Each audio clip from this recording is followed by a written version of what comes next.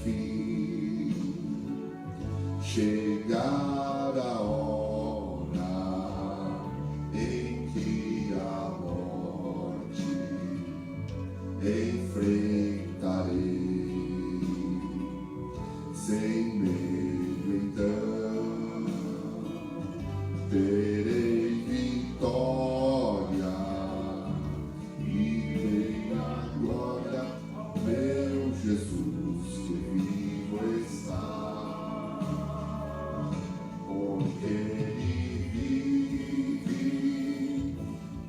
crer no amanhã, porque Ele vive.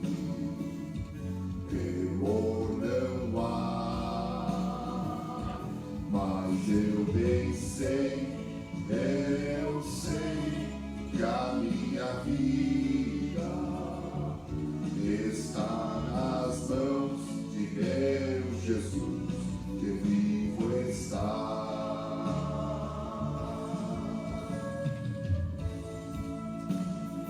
Glória a Jesus, aleluia. Ele está vivo, Ele vive. Glória a Jesus. Amém.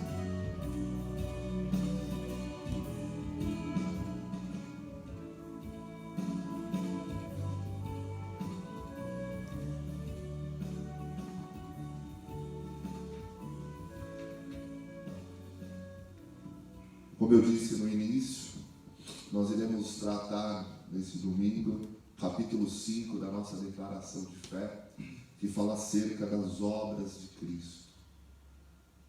Falar das obras de Cristo, meus irmãos, é muito amplo, é muito grande, é algo que precisaria de muito tempo para que a gente pudesse chegar a um patamar de compreensão e de valor de tudo que o Senhor fez. Mas o nosso objetivo, ele é um objetivo muito sucinto, é de trazer à sua mente, ao seu coração, a necessidade de termos vamos dizer assim, um ponto de partida da nossa fé. Essa é a ideia da declaração de fé. Declaração de fé esta que foi determinada, estabelecida pela Assembleia de Deus, na 45ª Assembleia Geral Extraordinária da CGABB. Nós tínhamos cremos que ele vinha na contracapa do jornal Mensageiro da Paz, onde tinha alguns pontos. Eu tenho até um exemplo aqui na minha Bíblia, que eu sempre, nas minhas Bíblias, eu tinha o hábito de colar. Tinha 16 pontos, o cremos. Mas a comissão doutrinária, a comissão apologética da nossa igreja, na presidência do pastor Ezequias Soares, um grupo seleto de estudiosos, durante um ano pesquisando, conseguiram compilar esse material que nós temos hoje em mãos. Se você não tem, eu te convido a comprar, é muito barato, R$16 ali na CPAB, para que você possa estudar, para que você possa compreender. E hoje nós chegamos aqui no capítulo 5, que fala sobre as obras de Cristo. Nós cremos e professamos e ensinamos que a morte e ressurreição corporal de Jesus Cristo são a viga mestra e o pilar da fé cristã. Ou seja, falar de viga mestra, aqueles que são da área da engenharia, da área da construção civil, sabe que é uma base de sustentação dos demais outros ali artigos que compõem uma construção, uma obra. Ou seja, a morte e ressurreição de Jesus Cristo, ele é a espinha dorsal da nossa fé, a base de sustentação, de compreensão, de genuidade, né? Ou seja, de veracidade da nossa fé. Porque nós temos uma fé em algo que é sólido. A diferenciação da nossa fé, da religião, do cristianismo em relação às demais religiões é a morte e ressurreição de Jesus. De tudo que é sobre religião, Jesus é o único que morreu e que ressuscitou. Se você pegar qualquer outra religião, por exemplo, o budismo, o Siddhartha Gautama, ele morreu e ele continua morto, ele não ressuscitou. Maomé morreu e continua morto, ele não ressuscitou. Se você for para o kardecismo, Allan Kardec morreu e ressuscitou. Morreu e continua morto. Agora, se você para analisar o cristianismo, há uma peculiaridade, há uma particularidade diferente no cristianismo. Jesus, ele morreu. Estava predito nos profetas e no Antigo Testamento que ele iria morrer. Mas também estava predito que ele iria ressuscitar ao terceiro dia. Ou seja, isso nos traz uma esperança. Ele mesmo diz lá em Apocalipse 1, 17, 18, que ele é o primeiro e ele é o último. Nós vamos ler. Quando vi, caí aos seus pés, como morto. Então ele colocou a sua mão direita sobre mim e disse: não tenha medo, eu sou o primeiro e eu sou o último. Sou aquele que vive, estive morto, mas agora estou vivo para todo sempre. Eu tenho as chaves da morte e do Hades. Ou seja, o próprio Senhor falando ao apóstolo João lá na ilha de Patmos, na revelação do Apocalipse. Ou seja, no momento que ele talvez caiu ali numa rápida tristeza, vem o impulso, vem o incentivo maior de Deus. Olha, fica tranquilo, João. Eu morri, mas eu estou aqui vivo. E vivo para sempre. Fica tranquilo, você não vai estar sozinho. Olha que maravilhosa base de sustentação da fé e de esperança. Então é sobre isso que nós queremos falar, é sobre isso que nós queremos que você, crente, você novo convertido, ou até mesmo você que já está na igreja há muito tempo, principalmente nesse momento que nós estamos vivendo, um momento de desesperança, não é verdade?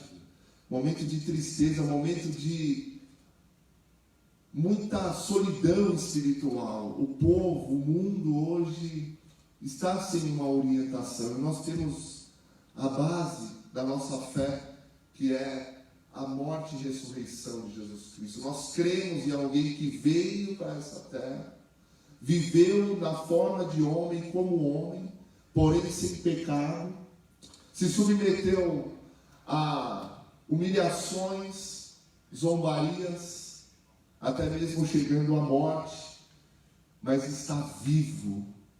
E é por isso, como nós cantamos no hino 545, é por isso que nós temos esperança. É por isso que nós podemos crer no amanhã, porque Ele vive. E sem a morte de Jesus, não haveria salvação. Precisaria haver a morte de Jesus. E essa morte não é algo corriqueiro, algo como se fosse um acidente de percurso. Não, já estava prevista essa morte. Todo o Antigo Testamento, ele gira em torno da morte de Jesus. E se ele não tivesse ressuscitado, seria vã a nossa fé. E ainda nós iríamos estar nos nossos pecados. E também os que dormiam em Cristo estariam perdidos, como diz lá o apóstolo Paulo em 1 Coríntios 15, 17 e 18. Nós vamos ler. Que diz assim, 17 e 18 de 1 Coríntios 15. E se Cristo não ressuscitou dos mortos, nem Cristo ressuscitou. Aí o 17 ele diz assim: e se Cristo não ressuscitou, inútil é a fé de vocês, e ainda eles estão em seus pecados. Ou seja, se Cristo tivesse morrido, mas não tivesse ressuscitado, e nós professássemos Ele, a nossa fé era em vão. Exatamente. Quero até fazer um comentário aqui. A paz do Senhor a todos, meus irmãos, e quem nos fala é o Ismael. Desde já quero agradecer a todos que estão presentes nesta aula hoje, com a ministração do pastor Renato Bento. Desde já estendo saudações ao pastor Fábio Tenório, a todo o corpo de obreiros e a todos os irmãos presentes que estão assistindo o vídeo. Uma honra estar aqui hoje, nesta manhã, acerca do assunto que é as obras de Cristo, a sua morte, a sua ressurreição, todo o seu ministério, falar da morte de Cristo é falar da paixão, do amor e do maior marco que aconteceu na história da humanidade. Então é sempre uma honra falar acerca de Cristo, ouvir o pastor Renato ministrar essa aula. Eu tenho certeza que hoje será um dia de reflexão, de conhecimento. Eu tenho certeza que isso vai fortalecer a fé dos amados irmãos, vai proporcionar conhecimento e também nos vai trazer uma grande riqueza. Então, por isso, desde já quero estender essas saudações. E é muito interessante isso que o pastor Renato comentou acerca da morte de Cristo. Muitas religiões têm dogmas, muitas religiões têm os seus deuses, muitas religiões buscam um sentido divino, alguma forma, outras buscam esculturas, por exemplo, fazem para si deuses, buscam maneiras de adorar, mas essa adoração, essa busca, ela é ineficaz. Essa busca ela não produz nada. O único que trouxe para toda a humanidade um benefício e uma oportunidade de acesso, de uma relação de humana e divina, foi o Senhor Jesus Cristo através da sua morte. Muito bem colocado. Muito obrigado, Ismael, por essa argumentação muito boa.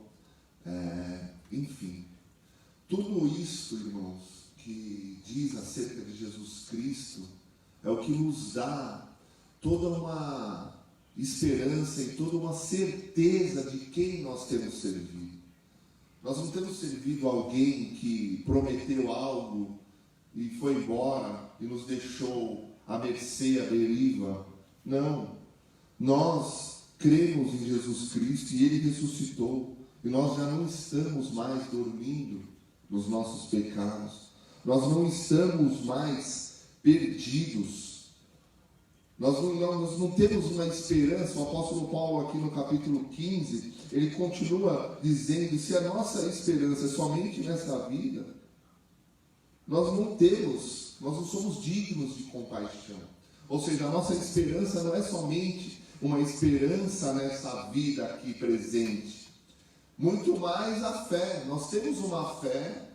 Sabemos que o nosso Deus, Ele morreu e ressuscitou e continua vivo e Ele vai vir nos buscar. Ou seja, há uma completude, há um início, um meio e um fim para a história. Não é uma história que não terá um final, ela terá um final. Então nós temos já todo um desenho da nossa fé, dado por Cristo. Então isso é muito rico, é muito profundo, é muito grande para a nossa vida. Então eu quero te dizer, fique tranquila, você serve a um Deus vivo e Ele está presente na sua casa, Ele está presente aqui. Como o Ismael bem disse, as demais religiões eles precisam arquitetar uma escultura, eles precisam sempre ter algo visível ali para poder lembrar do Deus que eles servem. Nós não precisamos ter nada. Você não precisa ter quadro, você não precisa ter uma escultura. Você tem a palavra de Deus, que é o Senhor falando com você. Você tem a presença dEle te preenchendo, trazendo uma alegria, trazendo uma tratativa no intangível, onde os olhos não podem ver. As demais religiões, eles precisam de um dia específico, eles precisam de um ritual, precisam ter ali algo para ver, para poder lembrar a quem eles servem. Nós não. O nosso Cristo, Ele é vivo. E falar das obras de Cristo é muito amplo, é muito grande, como eu disse no início. Mas hoje nós vamos focar simplesmente na morte, ressurreição, ascensão ao céu. E nas implicações teológicas desses textos, né, e desses tópicos que nós vamos abordar. Iniciando pelo tópico primeiro, a morte de Jesus Cristo. Falar da morte de Jesus Cristo não é somente falar da morte de um justo, mas também falar de um sacrifício, como uma oblação, que é o ato de ofertar, de fazer uma oferta a Deus, pelos nossos pecados. Deus propôs e recebeu como propiciação pelas nossas ofensas. Ou seja, não é, além de ser uma morte de um justo, mas muito mais do que uma morte de um justo. É um ato de fazer uma oferta a Deus. E oferta esta voluntária. Nós vemos que o sistema do Antigo Testamento, que regia as ofertas e os sacrifícios, era necessário apresentar um animal, era necessário adquirir um animal para poder fazer uma apresentação ali, um ato de oferta a Deus. Mas se tratando da morte de Jesus, é diferente, porque Jesus ele se entrega voluntariamente.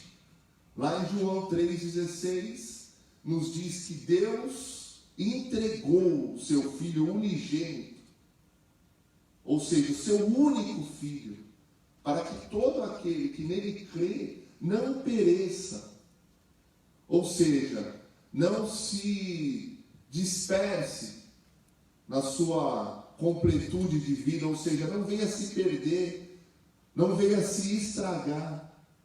Numa linguagem até mesmo humana, dizendo, ou seja, para dar vida, né? Nós nos alimentamos na nossa cadeia alimentar, temos alimentos perecíveis, ou seja, que se estragam. Então é mais ou menos algo assim. Jesus ele entrega o seu Filho para que todo aquele, a partir do momento que é todo aquele, não é alguns, não são determinados, não são escolhidos a Deus, ou seja, todo, diz para todo, não são pessoas específicas. Aí nós já vemos a abertura que é o cristianismo, ele está aberto para todos. Jesus também ele diz, vinde a mim vós todos, que estáis cansados, sempre numa lógica de abrangência, né? Então nós vemos que todo aquele que crê no Senhor Jesus, ele não perece, ele não se perde, mas ele vai ter a vida, e não uma vida somente aqui, uma vida eterna. Então esse é o poder da morte de Jesus Cristo, uma morte dolorosa, uma morte de cruz. Nós sabemos que a cruz era um símbolo de vergonha, somente pecadores, ladrões, pessoas totalmente à margem da sociedade eram crucificados. E Jesus ele foi crucificado. É interessante também, pastor Renato, isso que você falou está até em Gálatas, né? Capítulo 3, versículo 13. O apóstolo Paulo, quando ele escreve a carta aos Gálatas, ele comenta de fato que maldito todo aquele que é pendurado no madeiro. Então, a crucificação era de fato um símbolo de maldição, de vergonha e desonra para todo aquele que sofria esse castigo. E o que eu acho interessante também, pastor Renato, é que o Império Romano, que foi o maior império de toda a humanidade, também foi o maior e mais cruel, ele tinha esse método de crucificação.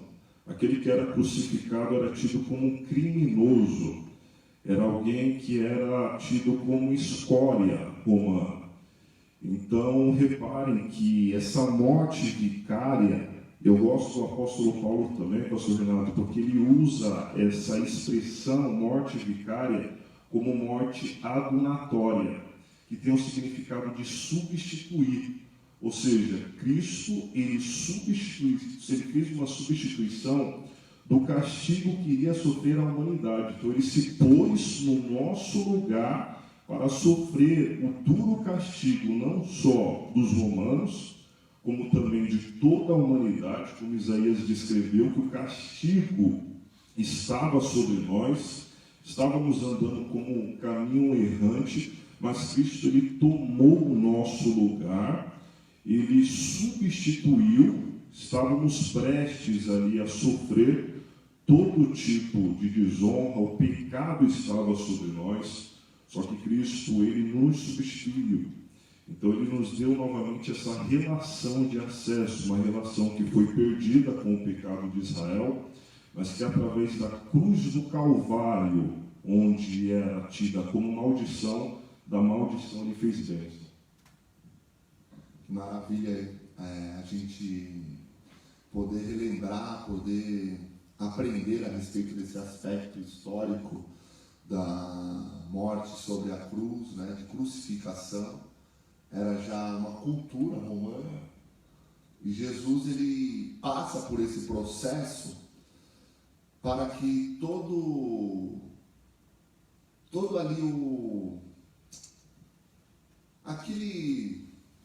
aculturamento da época pudesse ser até mesmo, se eu pudesse dizer aqui, confrontado.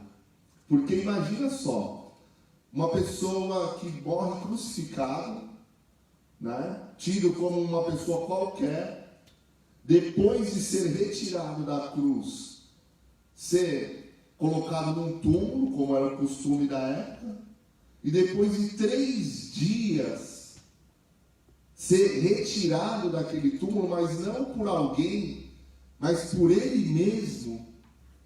Ou seja, a palavra ela diz que, Paulo mesmo, ele diz que a fé é loucura.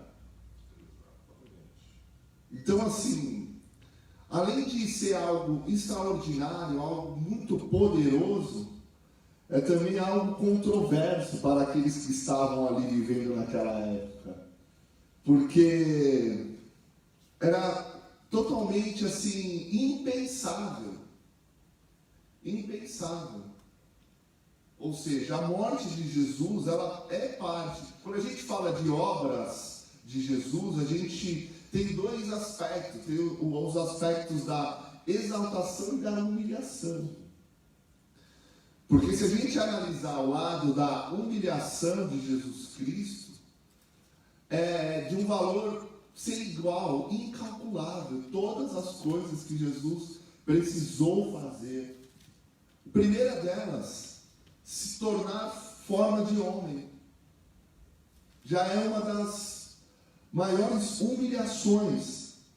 Nós vemos no capítulo 2 de Filipenses 5, que diz assim: de sorte que haja em vós o mesmo sentimento que também houve em Cristo Jesus, que sendo em forma de Deus, ou seja, uma forma glorificada, uma forma majestosa, poderosa, ele não teve por usurpação ser igual a Deus. Ou seja, ele não quis somente ficar na condição de sendo igual a Deus, mas ele aniquila-se a si mesmo, tomando forma de servo, fazendo-se semelhança aos homens. Esse texto de Paulo, há até uma doutrina, que é a doutrina da kenosis, né, que é do despojamento. Na academia, né, na teologia, é um dos ramos do estudo da teologia, a doutrina kenótica, onde os teólogos dizem estudam, né, se debruçam acerca do despojamento divino de Deus, se tornando homem, em forma de homem, ou seja, forma corruptível, forma propensa a pecado. Exatamente. Interessante que essa explanação que você fez em Filipenses capítulo 2, versículo 5, ele trata ali do dualismo, ou seja, da metade humana e da metade divina de Cristo. Ele, como Deus, se fez homem. E é interessante que, se fazendo homem, ele passou por todo o tipo de sofrimento que nós, seres humanos, também estamos propensos e vamos passar. Ou seja, ele sentiu medo, ele sentiu dor, ele sentiu compaixão, ele sentiu amor, ele ficou triste, ele ficou alegre. Ou seja, Cristo, ele experimentou todos os nossos sentimentos, justamente para que a humilhação, a vergonha e a vitória sobre a cruz fizesse todo sentido para a humanidade. Por isso, pastor Renato, era necessário Cristo passar por tudo isso. Por isso que nós temos uma relação com Deus e essa relação ela é pessoal. Por que ela é pessoal? Porque Ele, sendo Deus, Ele conhece os meus sentimentos, Ele conhece as minhas dores, Ele conhece as minhas aflições, porque além dele passar por tudo isso, Ele também é um Deus pessoal. Então, irmãos, maravilha, essa explicação é muito profundo. Então, o intuito de nós abordarmos nesse trimestre, o louvo a Deus. Mais uma vez eu quero aqui louvar a Deus pela vida do nosso pastor Fábio Tenório, Ismael, porque assim, foi sempre algo que eu imaginei na minha mente, a igreja tomando como base novamente a declaração de fé ponto por ponto. E estrategicamente, de uma maneira assim de Deus, o pastor Fábio ele decidiu usar todo esse trimestre acerca da declaração de fé. Então é muito importante a gente, passo a passo, sistematicamente indo, né, por cada ponto que diz respeito à nossa fé. Então olha que algo grande, olha que Deus poderoso que você serve. Um Deus que na condição de Deus, Ele não usurpa a ficar ali somente nesse patamar, Ele decide tomar a forma de homem. Ou seja, quando Deus ele toma a forma de homem, ele se comunica com a humanidade. Há uma comunicação, há um nivelamento. Ou seja, dizendo, olha, eu estou aqui, como o Ismael bem disse, Jesus ele sentiu fome. Teve um momento da sua caminhada que ele chega para os discípulos, olha, tem de algo para comer? Ele pergunta. No poço, lá, quando ele tem aquele diálogo histórico e missionário com aquela mulher samaritana, ele pede um pouco de água. E também no texto diz que ele estava cansado. Ou seja, atributos físicos, fisiológicos, humanos, ou seja, já é uma forma notória e comprovativa que Deus, Jesus, ele era 100% homem, ele era 100% Deus. Não é como, vamos supor assim, um super-herói que sempre está naquela atmosfera de poder, de ser indestrutível, né, de blindagem. Não, Jesus ele passou por momentos difíceis. Ou seja, para que eu e você pudéssemos entender que nós também vamos passar por esses momentos difíceis, porque o nosso Jesus também passou. Ou seja, Jesus ele comunica-se com nós, tomando a forma de homem, dizendo, olha, é possível para vocês também passarem. É possível vocês caminharem, mesmo sendo homens, mesmo estando na estrutura corruptível do corpo humano. O sofrimento e a morte de Jesus, como a gente já diz, ele foi anunciado no Antigo Testamento por figuras, tipos, a começar pelo ritual do tabernáculo, e de maneira direta pelos profetas.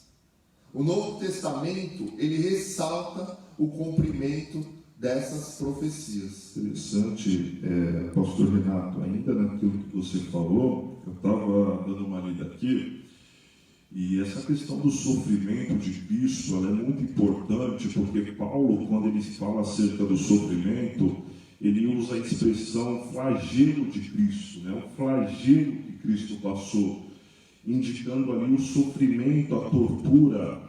E é interessante que quando Cristo ele passa pela Via Crucis, ou chamada também conhecida como Via Dolorosa, Cristo ele é chicoteado, e esse açoite, pastor Renato, que é um açoite romano, ele tinha várias tiras de couro, e no meio dessas tiras tinha 2 bolas de aço, e o soldado romano ele pegava aquele açoite e batia com toda a força nas costas, nas pernas e nos ombros de Jesus Cristo. Só que esse açoite ele não causava morte, ele causava uma hemorragia, era perigoso também sofrer ali um desmaio, mas isso mesmo antes de Cristo carregar a cruz do Calvário, ali no caminho da Via Dolorosa, ele é açoitado por esse açoite que tinha um peso muito grande. Então imagine só a dor e o sofrimento que Cristo passou, e além de ser açoitado, ele ainda carrega uma cruz que, segundo os historiadores, a cruz ela pesava cerca de 55 quilos. Então imagine um ser humano conseguir carregar uma cruz de 55 quilos, que era pesada na época, depois de ter sido açoitado, e após isso ainda ser colocado uma coroa de espinho ali que perfurava o crânio, causando até uma hemorragia. Então, se formos refletir esse flagelo, tudo que Cristo passou por nós, é importante a gente analisar historicamente todo o sofrimento de Cristo. Muito bem colocado. Então, estamos ainda no primeiro tópico, né, que diz sobre a morte de Cristo, tratando sobre uma das obras de Cristo. Então, é muito profundo no sentido de nós, como seres humanos, imaginar, Ismael, o que Jesus passou. Imagina, além de ser muito pesada a cruz, de ter um peso muito grande, porque uma coisa é você levantar algo que tem 50 quilos e já devolver. Outra coisa é você ficar ali como base de sustentação minutos, horas. Eu não sei precisar quanto tempo ele ficou depois de ter sido açoitado. Então pensa você cair, se machucar, ralar os seus dois joelhos, fazer um exemplo aqui bem corriqueiro, né, nosso. Seus dois joelhos ali muito machucados, e você ainda tem que correr uma maratona de 30 quilômetros. Ou seja, você já tem a dor da escoriação e você vai potencializar essa dor, porque você vai precisar correr durante um longo período de tempo. Então é uma dupla dor. Tem um médico que escreveu um livro que diz a respeito do Cristo e o cirurgião, que é um médico francês, chama Pierre Barber. Ele traça ali todo o processo de crucificação, o processo fisiológico da dor. Ele diz no livro que, em determinado momento, as dores ali de Jesus se multiplicam por 10, depois de um certo período de flagelo, né? Como o Ismael disse aqui, o açoite ali, o chicote, ele tinha várias tiras, e nessas pontas das tiras tinham ossos, né? Então imagina, cravava na pele e puxava. Além de penetrar na pele, ainda lacerava. Então é algo assim muito superior aos nossos pensamentos humanos, começar a pensar a respeito da morte de Jesus. Esse ponto da obra de Jesus, a morte, é algo muito profundo.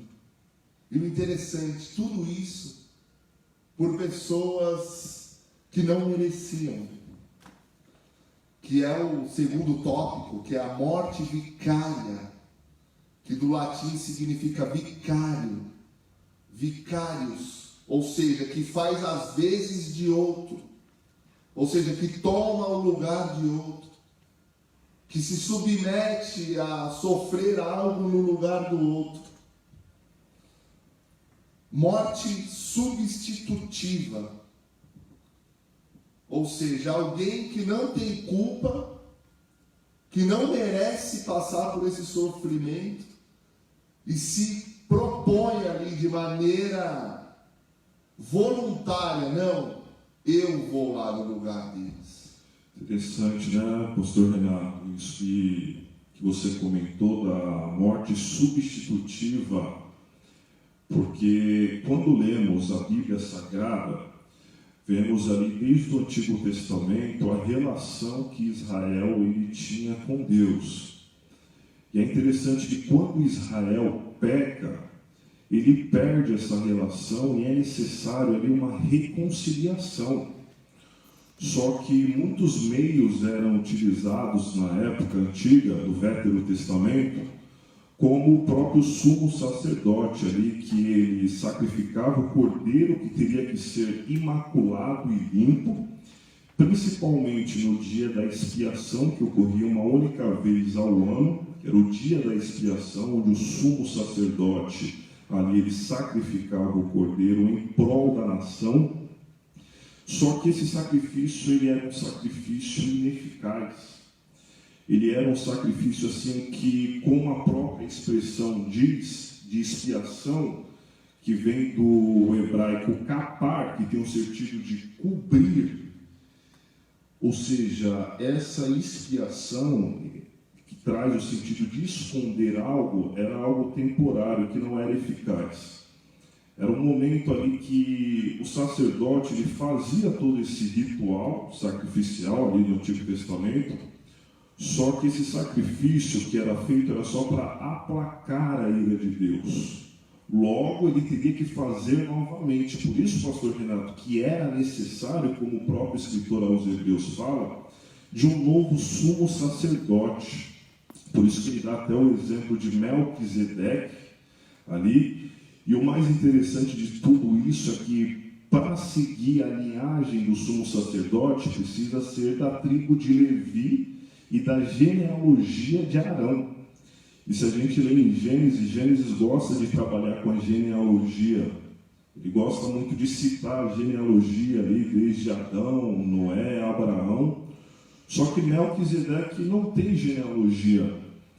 A gente tem a informação que Melquisedeque era rei de Salém, e o nome Melquisedeque, inclusive, ele tem o significado de rei de justiça, e Salém significa paz, ou seja, além dele ser rei de justiça, ele também era rei de paz. Ele não seguiu nenhuma genealogia. A informação que a gente tem é que ele abençoou a Abraão. E na cultura judaica, aquele que abençoa é superior. Ou seja, Melquisedeque também era superior a Abraão. E não tinha começo e nem fim. Ou seja, era contínuo o sacerdócio de Melquisedeque. Então a figura e o exemplo que o escritor aos Hebreus utiliza, mostrando que o sacerdócio de Jesus Cristo foi superior à lei antiga, ao sacerdócio araônico, mostra também que o sacrifício de Cristo ele foi eficaz. Porque foi só um sacrifício, não precisou fazer continuamente como era feito no Velho Testamento. Apenas um único sacrifício que trouxe a reconciliação de novo, o acesso ao tabernáculo. Muito boa essa explicação. Então, todo o sistema sacrificial do Antigo Testamento se fundamenta na substituição. Como o Ismael bem disse aqui, foi uma única substituição a morte de Jesus. Não precisou mais, não precisa mais ninguém morrer. Não precisa mais ter o derramamento de sangue. O sistema sacrificial do Antigo Testamento funcionava da seguinte forma: você pecou, você vai lá, leva um animal, mata aquele animal, derrama aquele sangue e cobria, que é o capar, cobria somente. Mas continuamente era necessário se adquirir mais animais. Tanto é que, num determinado momento, Samuel ele diz para Saul: obedecer é melhor do que sacrificar. Né? Porque assim, o Senhor ele não tem prazer em sacrifícios, né? Na continuidade, no montante de sacrifícios. Ou seja, ficou ali, né, muito claro esse texto, que o Senhor ele não quer que nós sistematizamos, ou seja, eu pequei, eu vou lá, mato o animal, está tudo certo. Não, é melhor obedecer, é melhor evitar o pecado. né? Porque eles tinham a ideia de que com o animal eles poderiam resolver o problema. Eu peguei, tudo bem, eu vou pegar lá um animal sem mancha, perfeito, sem deficiência física, apresento ao sacerdote, está tudo certo. Principalmente a questão dessa linhagem, né? Os requisitos ali. Precisava ter requisitos. Nós vemos que era necessário, o sacerdote ele colocava a mão sobre a cabeça do animal, lá em Levítico 4, para que fosse realmente aceito, ou seja, para que tivesse ali uma perfeição no oferecer do sacrifício. Levítico 1:4, vamos ver o que nos diz lá. Levítico 1:4. E porá a mão sobre a cabeça do animal do holocausto, para que seja aceito como propiciação em seu lugar. Ou seja, substituição. Então tinha tudo uma maneira ali, um método de se apresentar o animal no ato do sacrifício. Nós vemos que o Senhor ele é descrito também como Cordeiro Pascual, né? Desde o êxodo no Egito, aponta para Cristo e o seu sacrifício. Não levarás daquela carne fora da casa, nem dela quebrareis ossos. Êxodo 12:46. Esse texto ele nos dá a ideia de que nós vemos que o Senhor ele foi crucificado, mas não quebraram nenhum dos seus ossos, ou seja, o cumprimento da palavra de Deus na morte de Jesus na cruz. Ou seja, tudo que foi falado no Antigo Testamento veio se cumprir cabalmente, literalmente, na vida do Senhor Jesus. Ou seja, trazendo a realidade e trazendo à tona a perfeição da morte, da entrega, da morte vicária do Senhor Jesus Cristo. E com esse comentário até que você falou, pastor Renato, estava lembrando aqui que não tem como a gente falar acerca da morte de Cristo, da expiação, sem trazer a ideia do sistema sacrificial do Velho Testamento, né, do Antigo Testamento. E eu até estava lembrando aqui de uma pregação expositiva do pastor Marcelo de Oliveira, hebraísta, que ele fala acerca ali da linhagem dos requisitos. Além do sumo sacerdote, ele precisar ser da tribo de Levi, da linhagem de Arão, tinha alguns requisitos físicos também, pastor Renato. Por exemplo, esse sumo sacerdote, ele não poderia ser nem muito alto e nem muito baixo. Também ele não poderia ser nem muito magro e nem muito, vamos dizer assim, fora do peso. Além disso, ele teria que ter uma formosura bonita. Fora também que as trajes de linho, que faziam parte de toda a composição ali do sumo sacerdote. Então, veja os requisitos que era necessário além da linhagem. Só que Cristo, o sacerdócio de Cristo, ele se difere desse antigo porque o sacerdote de Cristo ele não visou nenhum pré-requisito. O sacerdote, segundo a ordem de Melquisedeque, se baseava somente nas qualidades e não nos requisitos. E quais eram as qualidades de Cristo? Quantas poderíamos citar aqui? Então, por isso que esse sistema antigo, ele é inferior ao sacerdócio eterno de Cristo.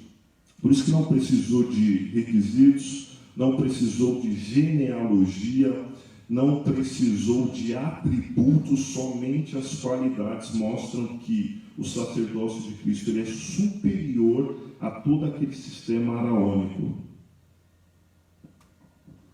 Em Hebreus mesmo diz, né, que sempre fala de uma superioridade, né? O livro de Hebreus ele sempre fala dessa superioridade, ou seja, ressaltando que o sacrifício de Jesus, o sacerdócio de Jesus, ele é superior, muito além, muito maior. Ou seja, aquilo que eles tinham como regra de religiosidade, de culto, de sacrifício, de sistema sacrificial, em Jesus Cristo foi superior, foi melhor, foi algo assim que veio para ofuscar, não desmerecer, jamais, porque o Antigo Testamento ele é uma base de sustentação, ele é uma base ali de pavimentação daquilo que iria vir.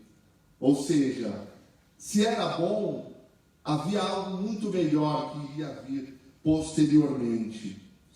Deus ele fere os egípcios e livra os filhos de Israel. Nós vemos essa passagem lá em 12 de Êxodo que fala sobre a Páscoa. No momento que Deus diz para passar ali, aspergir nas portas o sangue do cordeiro, aonde todos os anjos da morte ali, quando fossem passar na casa daquelas pessoas que tivessem aquele sangue aspergido, ele não iria chegar ali, ele não iria alcançar, a morte não iria chegar na casa daqueles que tinham o sangue aspergido na porta. Qual que é a simbologia? Qual que é a ligação? Qual que é o diálogo que nós temos desse texto com a morte de Jesus na cruz? O sangue de Jesus que foi derramado por mim e por você. O mal não vai ter poder sobre a minha e sobre a tua vida. Há uma aspersão de um sangue na minha e na tua vida. Esse é o sacrifício, a perfeição do sacrifício de Jesus na minha vida e na sua vida também. Ele é o nosso Cordeiro Pascual. Porque Cristo, nossa Páscoa, foi sacrificado por nós. Paulo diz isso lá em 1 Coríntios 5 e 7, a respeito de Cristo ser o nosso Cordeiro Pascual. Livrem-se do fermento velho, para que sejam massa nova e sem fermento, como realmente são, pois Cristo é o nosso Cordeiro Pascal, foi sacrificado.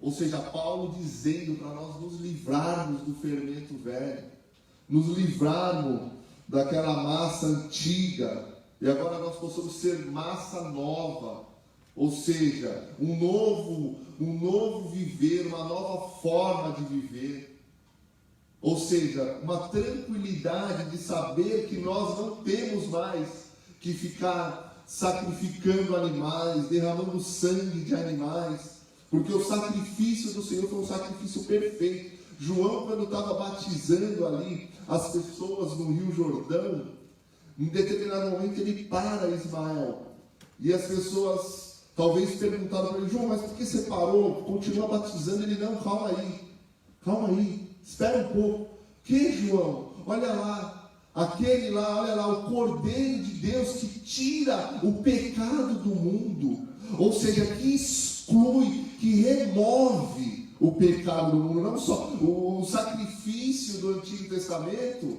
ele tinha o poder ali de cobrir. Agora o sacrifício de Jesus é um sacrifício superior, porque ele remove. É diferente. A dona de casa, ela limpa a sujeira, mas a sujeira ela volta depois de um determinado momento, fazendo assim simplesmente uma simplificação para que os irmãos possam entender. O sacrifício de Jesus, ele remove, ele extirpa, ele tira, sai de cena essa ideia do pecado. Então João ele reconhece Jesus como o Cordeiro de Deus que tira o pecado do mundo. Não é mais só um cobrir, não é só mais um ofuscar ali, é remover o pecado. Ou seja, a conclusão de tudo aquilo que nós tínhamos uma ideia, em partes, como Paulo ele diz que em partes nós conhecemos e em parte nós profetizamos, mas vai chegar um momento que tudo que é em parte vai ser extinguido. Ou seja, nós vamos viver numa atmosfera de perfeição. E quando diz perfeição, nós podemos trazer essa perfeição no sacrifício de Jesus. Foi um sacrifício perfeito. Ele é o nosso Cordeiro Pascual. Ele é o que nos livra de todo mal. O seu sangue está na minha e na tua vida, nas tábuas do nosso coração. Ou seja, nós andávamos desgarrados como ovelha que se desvia do seu caminho. Mas o Senhor fez sobre ele, cair sobre ele toda a iniquidade. Lá em Isaías 53, 6 diz que o pecado, tudo que era nosso, ele carregou. O pecado que nos traz, o pecado que nos deteriorava, nos colocava na situação de pessoas mortas, ele decide carregar sobre ele. Ou seja, a morte de Jesus nos trouxe essa paz. O castigo que nos trouxe a paz estava sobre ele. Ele assume essa responsabilidade. Eu fico pensando, os cordeirinhos ali, as ovelhinhas, talvez com meses de vida, e aí eram pegas ali, tiradas da sua ninhada e mortas ali, mortes inesperadas para o animal. E Jesus, ele fez isso. Ele era Deus. Ele se despe dessa roupagem, se tornando homem, porém não deixando de ser Deus, e passa por tudo esse sofrimento para nos dar essa paz que nós podemos viver hoje. Olha que Deus lindo que você serve, que Deus poderoso que faz obras grandes, se Deus que você acredita. Não é somente um vir na igreja, não é somente um estar na igreja, é algo muito mais poderoso. Houve alguém que lá atrás morreu, uma morte terrível, para te trazer a paz e para te trazer a vida.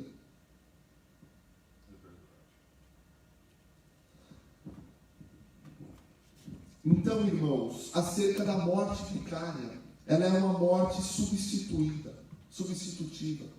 Ou seja, alguém que não tinha culpa, recebe a culpa no seu lugar. Jesus morreu no nosso lugar. Paulo, ele diz que o Senhor Cristo, ele morreu em favor dos pecadores, que Cristo morreu por nossos pecados, segundo as Escrituras, 1 Coríntios 15, 3. Pois que, primeiramente, lhes transmiti o que recebi, que Cristo morreu pelos nossos pecados, segundo as Escrituras. Por que segundo as Escrituras? Paulo, ele quer nos trazer o quê?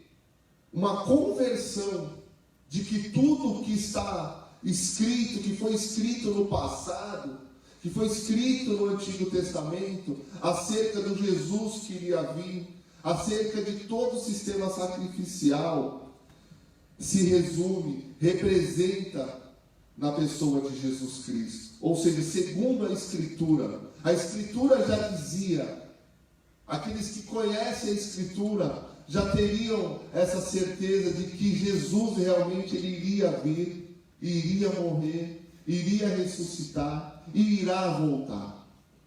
É o que eu disse no começo. É o começo, meio e fim da obra. A obra é completa. Jesus, ele é um pai que não deixa os seus filhos órfãos. E é interessante também, pastor Renato, que quando vemos toda essa questão do sofrimento, da humilhação de Cristo, historicamente falando, Israel, a nação de Israel, elas tinham uma visão, tem aliás, uma visão completamente diferente da pessoa de Cristo. Israel, eles esperavam um rei, uma pessoa que fosse solucionar todos os seus problemas, que iria reinar sobre eles e acabar ali com todo o sofrimento do povo. Só que quando Cristo ele se apresenta para o povo, ele se apresenta de uma maneira completamente diferente, como um carpinteiro, como alguém que iria passar humilhações, como alguém que iria sofrer pelo povo. Então aquela figura de Cristo era completamente diferente daquilo que a nação esperava. Então repare que o próprio povo, a nação eleita, rejeitou ao Senhor Jesus Cristo. Justamente porque aquilo que eles esperavam não era o que Jesus Cristo transmitia nos seus dias. Então reparem a humilhação, a vergonha que Cristo passou em prol da humanidade. Isso é muito interessante, inclusive o que você mencionou lá em Isaías 53, ele traz toda essa figura. Você pode até ler aí para a gente, pastor Renato, para o pessoal entender?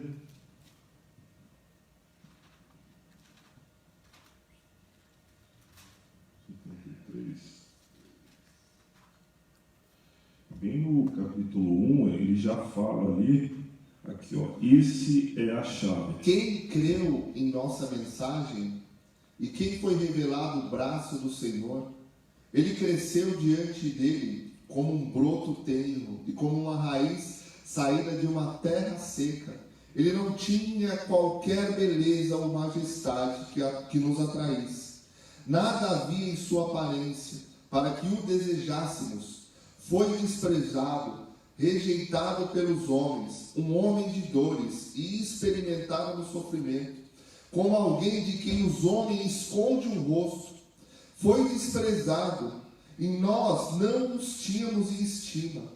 Certamente ele tomou sobre si as nossas enfermidades e sobre si levou as nossas doenças. Contudo, nós os consideramos castigados por Deus atingido e afligido. Mas ele foi transpassado por causa das nossas transgressões, foi esmagado por causa de nossas iniquidades. O castigo que nos trouxe a paz estava sobre ele, e pelas suas feridas fomos curados. Exatamente é isso. O próprio profeta Isaías, quando ele escreve, ele fala acerca ali da rejeição que a nação teve sobre a pessoa de Cristo, e ali toda a figura do seu sofrimento. Então repare, pastor Renato, a importância que esse texto ele traz para os nossos dias. A figura de Cristo ali, todo o sofrimento, e nós também como coparticipantes desse sofrimento, também temos que ter a ciência que tudo isso que Cristo passou, é necessário que também vamos passar, justamente para sentir o peso da glória de Cristo, como o apóstolo Paulo, ele menciona. Então isso é muito relevante para os nossos dias, porque a crucificação, ela é o maior símbolo que o cristianismo ele traz, que é a vitória sobre a cruz. E essa vitória é uma vitória que nenhuma outra religião prega, é uma vitória que nenhuma outra religião conhece, é uma vitória que, comparada às outras religiões, mostra o significado real do Evangelho. Que maravilha! Que maravilha! Todos esses pontos abordados, todas essas falas acerca de Jesus, realmente, Jesus ele veio de uma forma totalmente oposta a que norteava a mente, que passava na mente do povo judeu. Tanto é que os judeus eles esperam, né, esse Deus guerreiro, esse Deus sanguíneo, né, até hoje. Jesus ele não veio com espadas, ele não veio com uma ascendência, com uma naturalidade assim de uma cidade relevante da época. Jesus ele nasce em Nazaré. Tanto é que no discurso lá, André e Filipe, né, quando eles estão conversando, um fala para ele: pode vir alguma coisa boa lá de Nazaré? Ou seja, já tinha isso dentro da mente, que Nazaré era um lugar totalmente secundário, de segunda categoria, assim dizer. E o nosso Jesus nasceu em Nazaré. Além de nascer em Nazaré, ainda nasceu num estábulo, numa manjedoura. O texto diz que não tinha, por causa do recenseamento na época, todas as famílias estavam hospedadas nos hotéis e eles não conseguiram achar nenhuma estadia no hotel. Ou seja, tudo o oposto daquilo que a época se esperava foi a maneira que Jesus se apresenta aos homens. Ou seja, foi uma decepção para aqueles que imaginavam que ia ser um Deus guerreiro, um Deus todo pomposo, com vestes assim, totalmente glamurosas para a época. E Jesus não, Jesus ele veio na simplicidade. Porém, uma simplicidade que não é pobre, né? A gente tem que deixar muito claro que Jesus ele era simples, mas ele não era um Deus pobre, como muitos querem dizer. Deus ele era uma pessoa muito rica, porque a riqueza ela não está também só aliada à quantidade de dinheiro, porque é possível uma pessoa ser milionária e ser pobre, na maneira de agir, na maneira de pensar, na maneira de viver, né? Como o filho lá do texto de 15 de Lucas, os dois eram filhos do mesmo pai, só que um vivia como se fosse servo. Ele era filho, mas ele vivia como servo. Tanto é que o pai fala: olha, você vive comigo aqui, está todo dia comigo.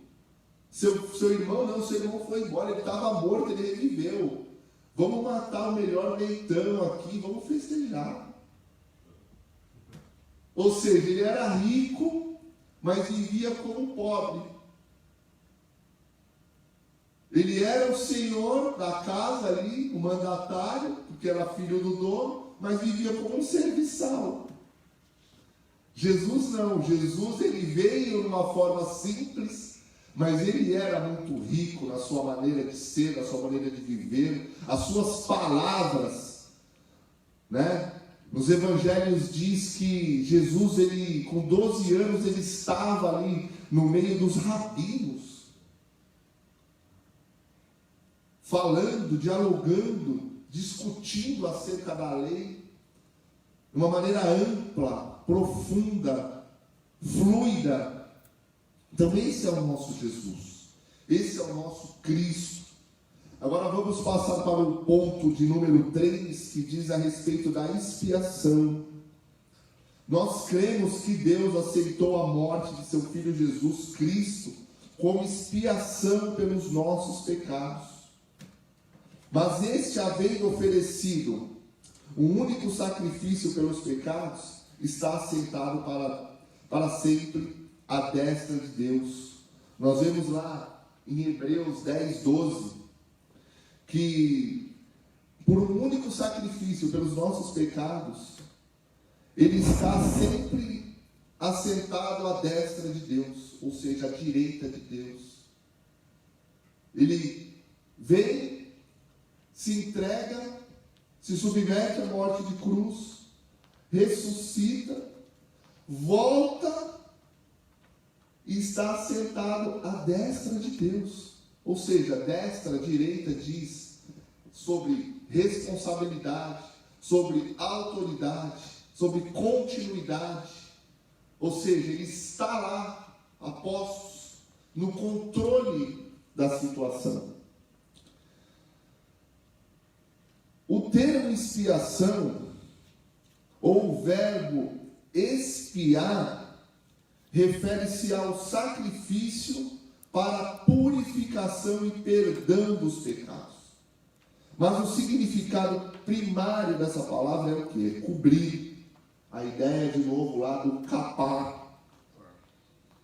A palavra hebraica.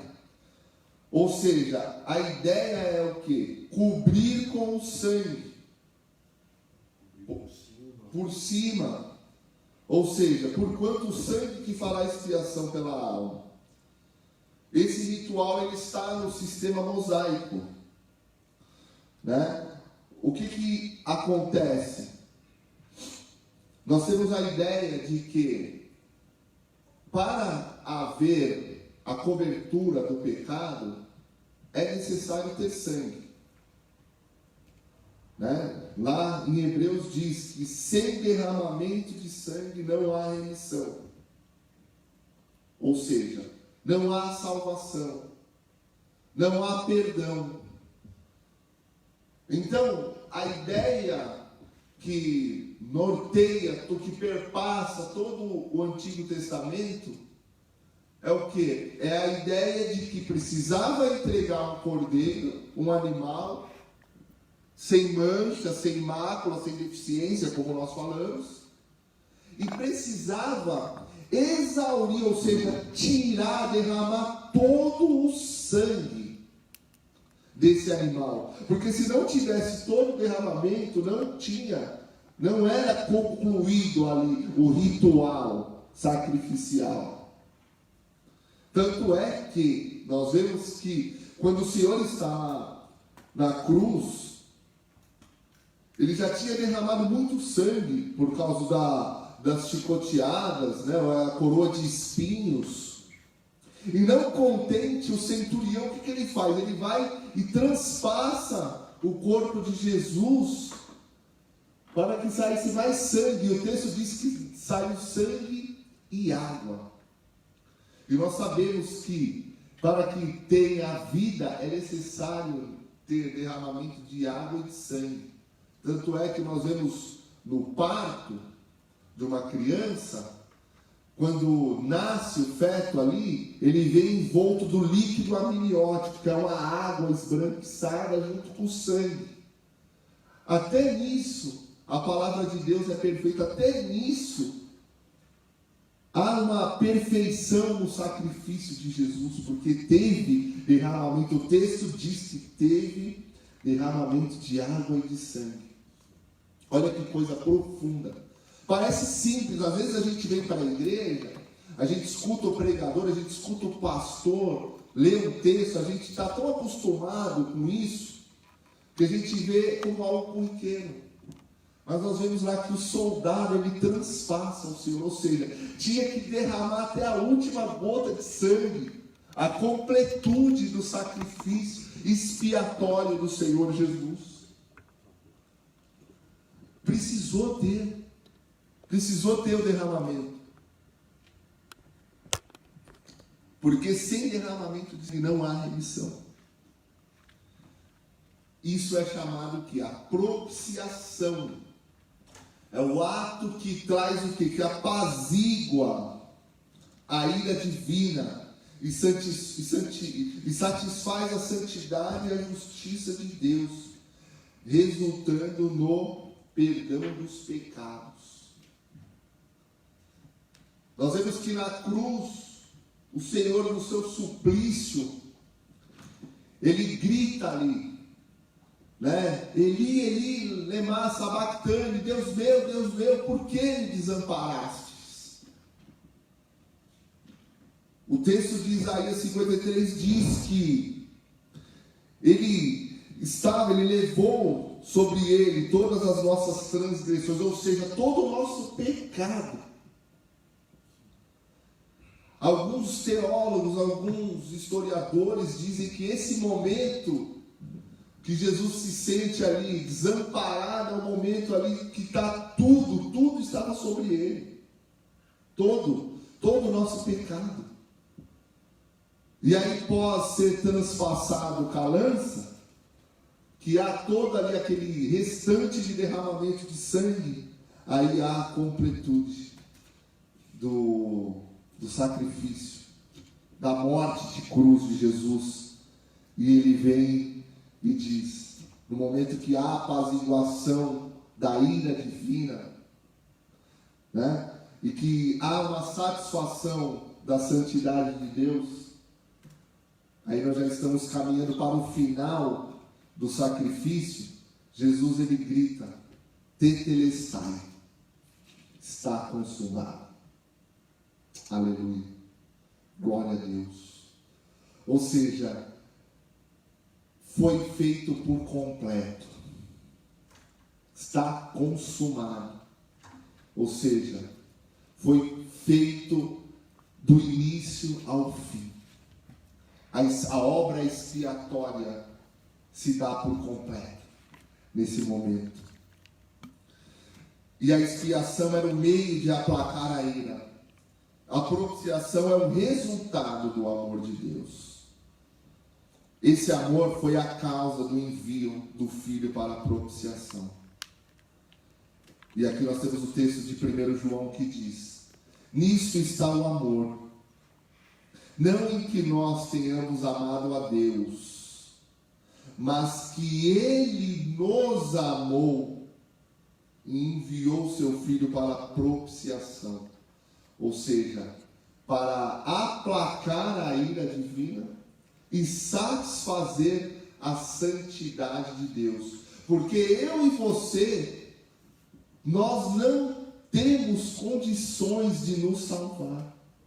Nós não tínhamos condição de nós, por nós mesmos, aplacar essa ira de Deus. Muito menos satisfazer a santidade do Senhor.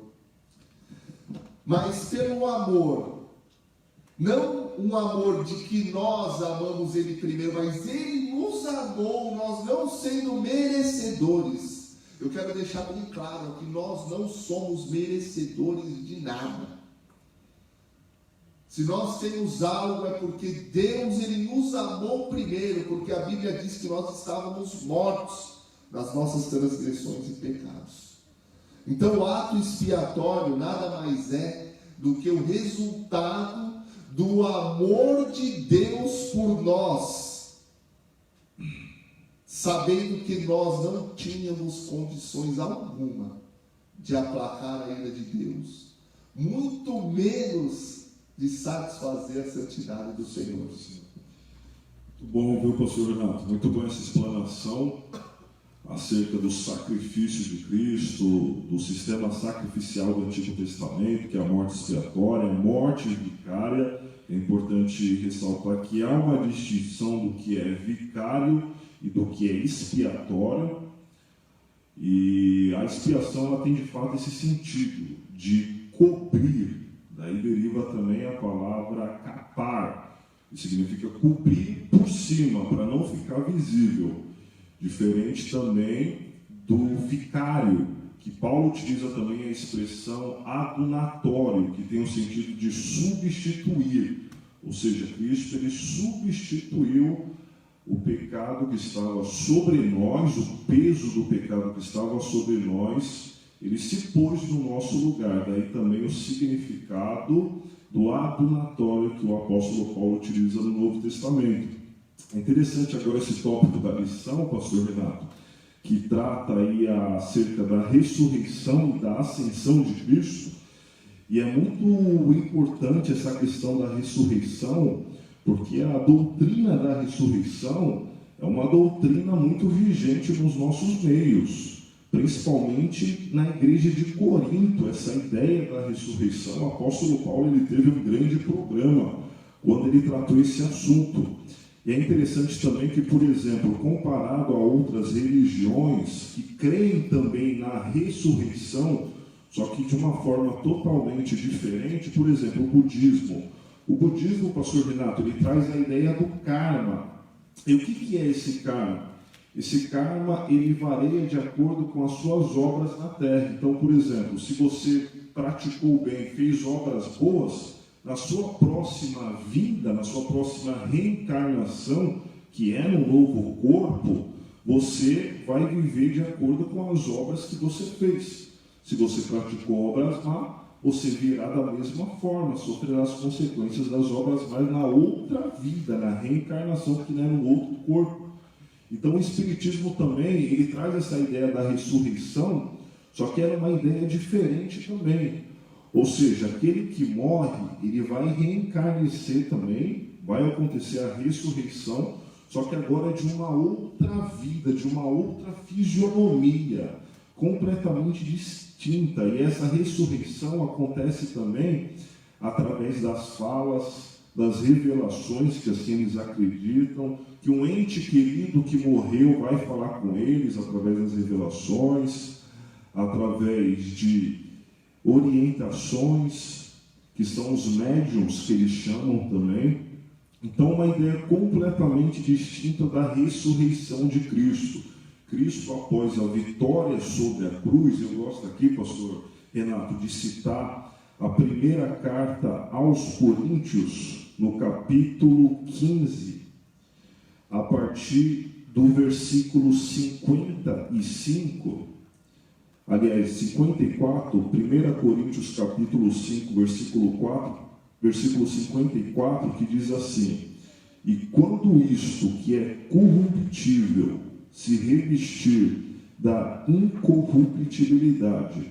E isto que é mortal se revestir da imortalidade, então cumprir-se-á a palavra que está escrito: tragada foi a morte na vitória. Versículo 55: onde está, ó morte, o teu aguilhão? Onde está, ó inferno, a tua vitória? Ora, o aguilhão da morte é o pecado, e a força do pecado é a lei. Mas graças a Deus que nos dá a vitória por nosso Senhor Jesus Cristo. Então vemos que Cristo Jesus, ele venceu todas as potestades, todo tipo de corruptibilidade que existia e existe, venceu a morte e o inferno e nos trouxe a vitória. E por meio da ressurreição, quando ele passa por esse processo de ressurreição no terceiro dia, ele vai até conferir se as marcas ali do sofrimento de Cristo estavam sobre o seu corpo, que aí é uma comprovação que de fato ele morreu através da cruz. Porque se não existissem os furos, as marcas, então cairia na doutrina do espiritismo também. Só que para comprovar que de fato ele passou por todo aquele processo, foi necessário que as marcas ainda estivessem sobre ele. Isso comprova que Cristo de fato ele ressuscitou em prol do Evangelho. Muito bom esse ponto, porque a gente precisa tomar muito cuidado, né? Porque há muitas distorções no nosso meio. Muitas pseudo-igrejas dizendo que creem em Cristo, que acreditam na palavra de Deus, mas a distorcem. Então, muito bom essa comparação, muito bom essa observação, né? E esse paralelo com as demais religiões, principalmente o Espiritismo. O Espiritismo, eles acreditam na reencarnação, eles acreditam, né, numa vida após essa vida, mas uma vida material. Aí eu vejo que assim, a espinha dorsal dessa religião, ela cai, porque imagina, você nasceu, viveu, aí você retorna de novo no corpo corruptível, tudo de novo, ou seja, um retrabalho. Agora eu e você não, nós vamos morrer, e a palavra diz que nós não teremos mais esse corpo corruptível, nós seremos revestidos da incorruptibilidade. E vou mais, lá em Apocalipse diz que nós estaremos num lugar onde não haverá mais dores, onde não haverá mais sofrimento. E se houver lágrimas, o Senhor enxugará do meu e dos teus olhos toda lágrima.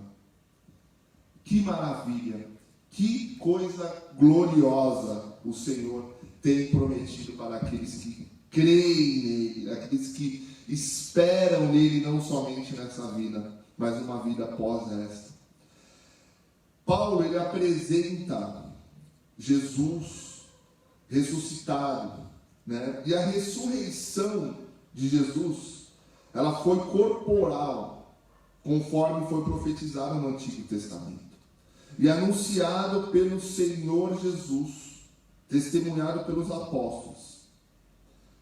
Lá em Atos 2:32 diz que Deus ressuscitou a este Jesus e nós somos testemunhas. Atos 2:32. Nós vamos ver aqui os discípulos dizendo que são testemunhas desse ato de ressurreição do Senhor. Deus ressuscitou este Jesus e todos nós somos testemunha desses fatos.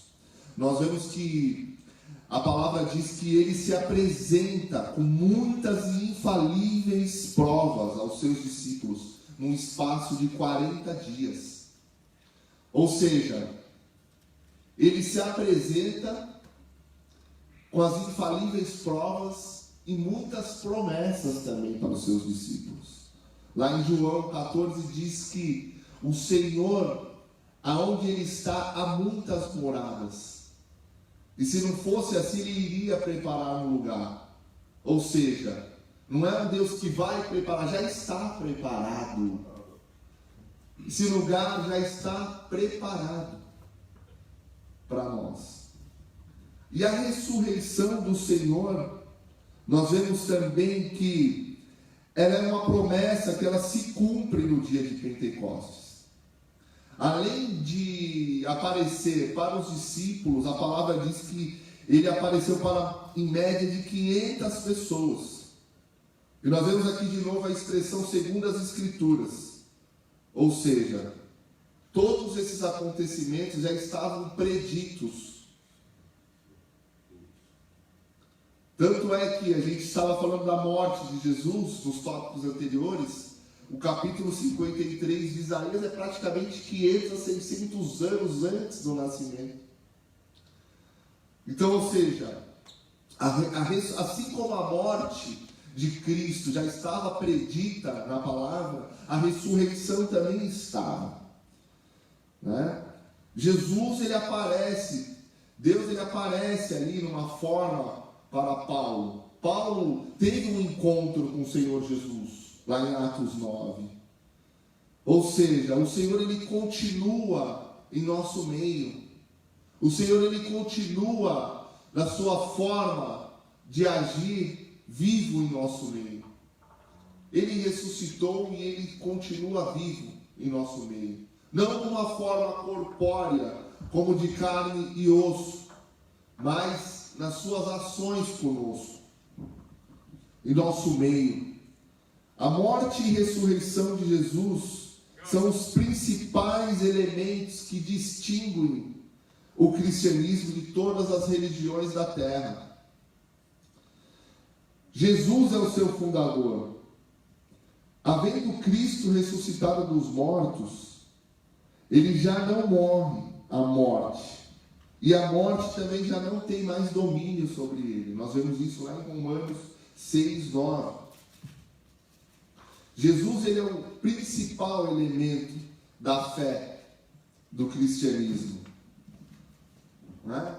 Então, assim, além de tudo que estava predito, ele é o fundador e ele está vivo, fazendo uma diferenciação, fazendo uma distinção de todas as demais religiões que aí estão.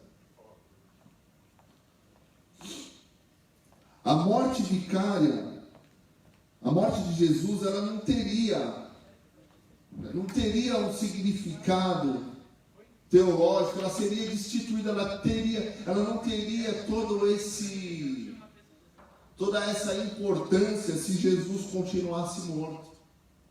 Seria só mais uma religião, só mais uma filosofia. Mas o corpo de Jesus, que foi crucificado na sepultura, na cruz, não pôde ficar na sepultura. Não ficou na sepultura. Nós vemos aqui, ora, o Senhor, depois de ter falado e recebido no céu, foi recebido no céu, assentou-se à direita de Deus. Lá em Marcos 16, 19 diz que manifestou em Cristo, ressuscitando dos mortos e pondo a sua direita nos céus.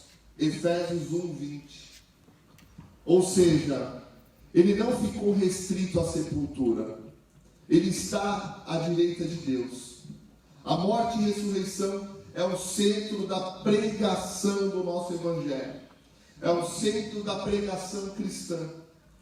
Por mais que muitos queiram hoje colocar o homem, os anseios humanos, os anseios materiais, como centro de uma pregação, centro de uma proposta cristã, eu quero dizer, e a palavra diz também, que a morte e ressurreição de Cristo é o centro da pregação. Não há evangelho sem cruz. Não há evangelho sem ressurreição, sem morte e sem ressurreição. Interessante, né, pastor Renato? Essa questão da ressurreição, meus irmãos, quando a gente estuda aquela passagem de Lázaro, quando Jesus, ele utiliza aquela expressão, Lázaro, sai para fora, segundo a teologia, o estado do corpo de Lázaro, ele já estava num estado de putrificação, pastor Renato. Ou seja, o que seria essa putrificação, meus irmãos? A putrificação seria um estado de descomposição do corpo, ou seja, quando o Lázaro ele morre, o corpo dele ele já começa a entrar naquele estado de putrificação. Mas repare a divindade de Cristo, o poder de Cristo, porque só pela palavra do seu poder, quando ele diz, Lázaro, sai para fora, o morto ele ressuscita. E aí é um dos fatos também da ressurreição, que inclusive foi a ressurreição que ela é muito comentada hoje na teologia, nesse sentido, né? Porque quando o corpo ele entra nesse estado de putrificação, na ótica humana, não tem mais jeito, não tem como. Não tem como. A ciência, ela vai com certeza negar isso, porque isso aos olhos humanos, isso é inviável. Não tem como isso existir. Se o corpo morreu, se ele já entrou no estado de putrificação, como pode a alma tornar para o corpo e esse corpo se reviver? Não tem como. Então reparem, meus irmãos, o poder de Cristo, só pela palavra do seu poder, ele faz o morto reviver. Ou seja, aquele estado de descomposição, ele começa a voltar novamente à vida. Então, essa questão da ressurreição ela é muito importante, meus irmãos, porque além de Cristo ser morto, ser crucificado, passar por todo esse processo, vemos também o poder, além de experimentar esse processo, ele também é capaz de dar a vida. Por isso que a morte e a vida, elas estão no controle, na direção e no poder de Deus. Muito boa essa colocação, muito boa essa exemplificação, né, do processo de morte, né, do ser humano. Nós citando muito bem Lázaro, eu quero aqui também colocar aqui um adendo no que você falou, Ismael, que interessante que Lázaro ele é ressuscitado, mas ele morreu de novo, né?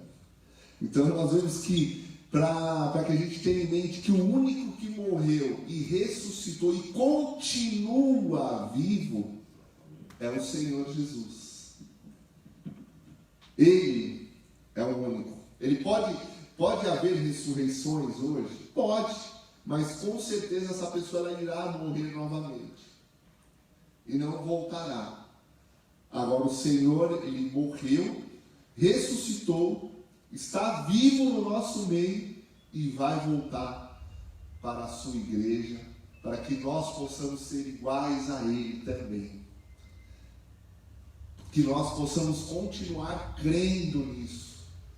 Muitos hoje já não creem mais na volta do Senhor Jesus, infelizmente.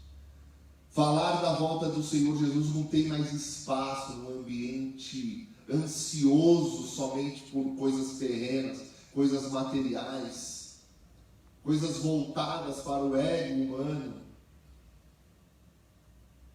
Mas o Senhor, Ele é o centro da nossa pregação, Ele é o centro da nossa vida, Ele é o centro da nossa adoração.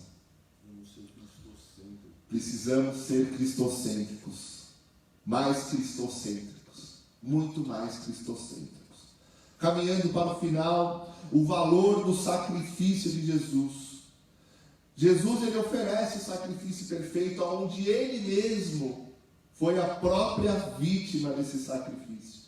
O sacerdote, ele apresentava o sacrifício, mas não era ele o oferecido, era sempre um animal, né? Um exemplo que a gente tem aí próximo do sacrifício de Jesus é quando Isaac, né? Abraão está ali com Isaac, subindo aquele monte lá, e ele num ato de obediência, né, fala, olha, pega a lenha aqui, vamos subir.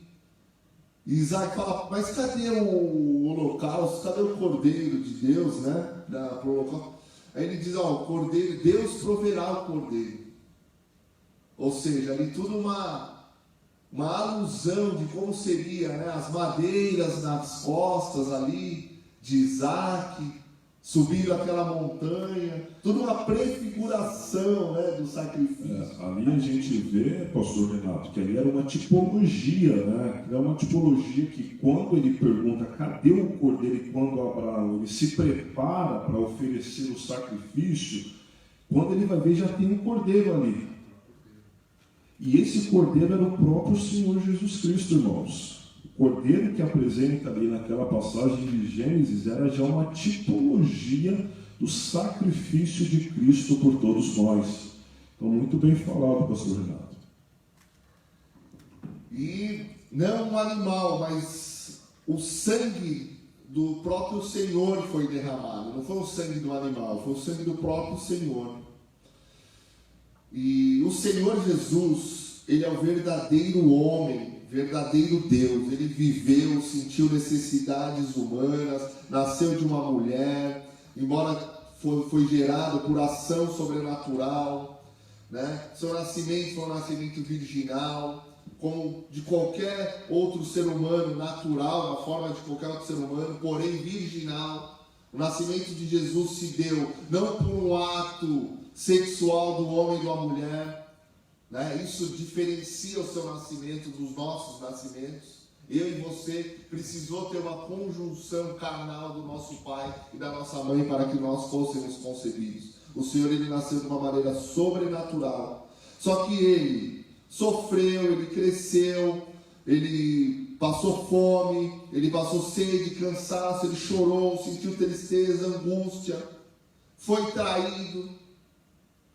O valor da morte do Senhor Jesus é suficiente para salvar todos e cada um dos seus pecados. A morte de Jesus, ela coloca o valor da morte de Jesus, o valor do sacrifício de Jesus, ela tem o poder de colocar o fim da inimizade que tinha entre a humanidade e Deus. Ou seja, tem o poder de gerar um ato reconciliatório, ou seja, trazer a paz, trazer ali a normalidade da situação. Tem um poder e uma ação apaziguatória, reconciliatória. Inclusive, quando lemos a segunda carta de Paulo, quando ele escreve aos Coríntios, pastor Renato, 2 Coríntios, capítulo 5, versículo 18 e 19 diz: e tudo isso provém de Deus, que nos reconciliou consigo mesmo por Jesus Cristo e nos deu o ministério da reconciliação. Isto é, Deus estava em Cristo reconciliando consigo o mundo, não nos imputando os seus pecados, e pôs em nós a palavra da reconciliação. Ou seja, uma palavra de paz, né? Uma palavra de comunhão, de religação, né? Inclusive, isso é a ideia da religião. A palavra religião, ela deriva do latim de religare, que tem o sentido de quê? De trazer de novo uma relação divina e humana. Ou seja, uma relação entre aquilo que é divino e aquilo que é humano, ou seja, Deus e o homem. Esse é o sentido de religião. Então, o homem, ele busca esse relacionamento. Só que com a queda não era mais possível essa relação. Por isso foi necessário um intermediador. Por isso que o escritor aos Hebreus, ele ressalta que Cristo, ele é o intermediador entre Deus e os homens. Agora, quando Deus ele olha para a humanidade, ele não vê mais o reflexo do pecado.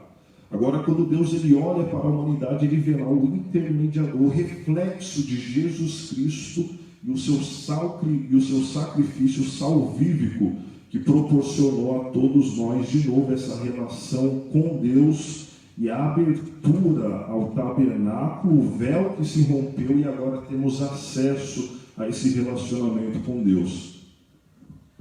Muito bom mesmo a gente poder falar sobre esse assunto, um assunto tão rico, um assunto tão poderoso, e o valor das obras do Senhor Jesus. Como a gente disse no início, são muitas obras, mas a gente quis nos ater a esses 5 pontos.